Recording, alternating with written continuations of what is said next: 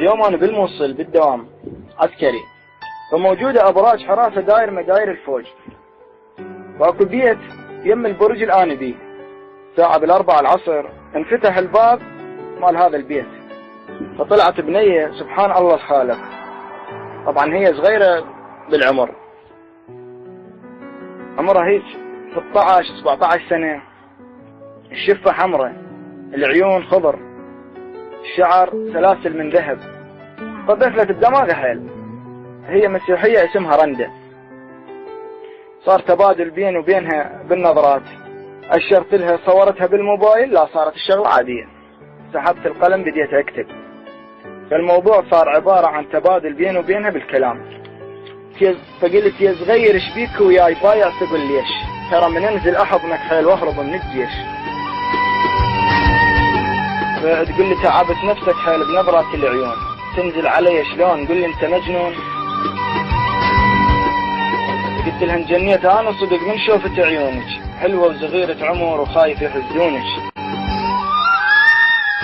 قالت لي ارجوك هذا الحدث قشمرت فيه العام، خلص الواجب وروح لفراشك ونام. قلت له شلون انام الليل؟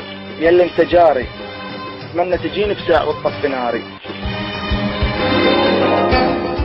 شلون اجيك بساعة وانتم حكومة، واللي يطب عسين يشقق هدومه.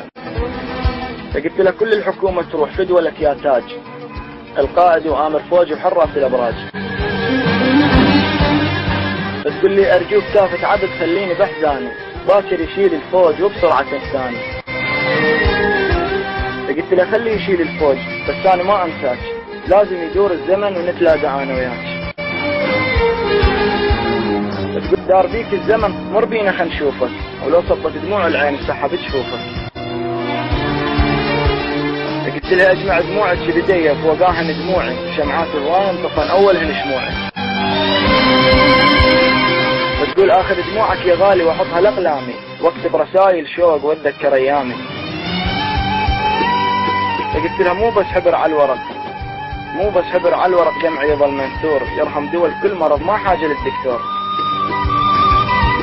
بتقولي لو صار بيا مرض انت ترى تداوي، وقلبي فتحته لك لا تروح وتخلي. قلت لها ما اريد اطب على القلب، شايل الم واحزان، عيش بسعادة وهنا والبس ثياب الوان. فتقول طعم السعادة ان غبت والله ما موجود، انزع هدوم الفرح والبس ثياب السود. فقلت لها ما بقى ساعة الزمن ونودع مناطقكم، وصدقيني والله القلب يشتاق بس لكم. فتقول ما تكفي ساعة الزمن، بيها انا صبر الروح، والجرح مني الا كم يهيج هواية جروح. قلت لها ما ظل علي وقت رايد صور تذكار، الطفل لهيب القلب مشتعل بيه النار. تقول لي ما تفيد هاي الصور، طفل القلب وياك، ابقى انا بلي قلب بس دون ما انساك. قلت لها قلبك صغير بعد ما يحمل الحسرات، بس قلبه شاف هموم وضاق المرارات. تقول لي ارجوك ذب القلم يازيك تكتب بيه، يمكن خلص حبر افتح وشوف ايش فيه. قلت له حتى اذا خلص حبر بس فيه دمع وهموم، حتى اكتب لك رقم رمشي علي كل يوم. بتقول رقمك حفظته يا غالي مو على الورق على الغيب، ابقى ادق واتصل لما افرغ الجيب. فقلت لها ان فرغ جيبش ترى ندز لك هوايه فلوس، ما نريد منك طمع بس الخدود نبوس. فتقول كاتم وسال الدمع انطينا عنوانك، ولو هجرونا صدق تلقيني باحضانك. الدار بيك الزمن تلقيني خيمه وبيت، انثر دموع الفرح ووزع الشكليت.